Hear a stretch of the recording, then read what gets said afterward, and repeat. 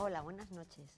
En las ciudades, entre que los pisos cada vez son más pequeñitos y los locales se alquilan mal, nos estamos encontrando con un fenómeno muy curioso, y es que algunos locales se reestructuran y se convierten en trasteros que después se alquilan, con lo cual, pues estupendo, porque aquellas personas que tienen un piso chiquitito tienen la opción de poder llevar sus cosas o las cosas que no utilizan a menudo a un lugar donde las van a tener pues perfectamente guardadas.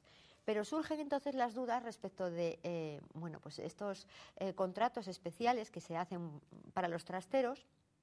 Bueno, pues Susana, si hay alguna diferencia en caso de que cojamos y alquilemos el trastero como una cosa separada de la vivienda, o en el caso de que ese trastero se alquile como un anexo a una vivienda.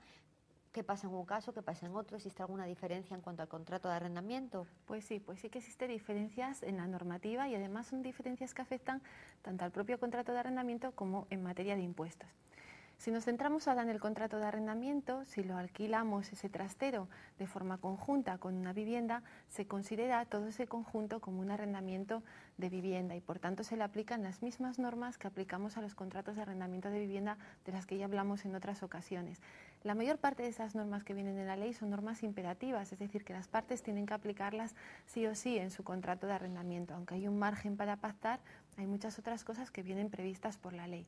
Sin embargo, si alquilamos el trastero de una forma separada, en estos casos que nos comenta Elena, que ahora son cada vez más frecuentes, bueno, pues en estos supuestos ese contrato de arrendamiento no se considera arrendamiento de vivienda, sino arrendamiento para un uso diferente de ese de vivienda, como si alquiláramos un local. Y entonces, en ese caso, la ley deja mucha más libertad a las partes para pactar.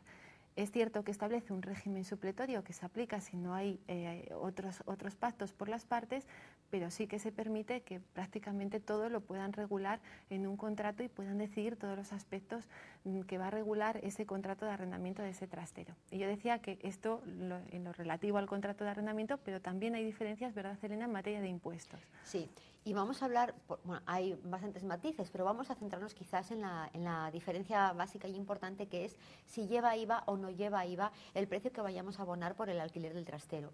Y en esta diferencia que estamos hablando, trastero junto con una vivienda como anexo y en el mismo contrato, o trastero independiente, pues hay que decir que si lo hacemos junto con la vivienda estaría exento de IVA, y si lo hacemos, sin embargo, como un alquiler del trastero de forma independiente y que nada tiene que ver con una vivienda, pues sí, tendría que tener entonces el IVA correspondiente, y muy importante porque el arrendador tendría que hacer factura especificando el IVA y después cumplir con las obligaciones trimestrales y anuales de pues coger esta cantidad, ingresarla en Hacienda y hacer la declaración correspondiente. Bueno, un poquito lo mismo que estamos contando con los trasteros es también lo que sucede, Susana, con las plazas de garaje, que ya hemos hablado de ellas en otra ocasión y que las diferencias son exactamente las mismas. Pues sí, funcionan muy parecido, prácticamente igual, y además quizás el último consejo también es el que utilizamos o el que hemos comentado en otras ocasiones para las plazas de garaje.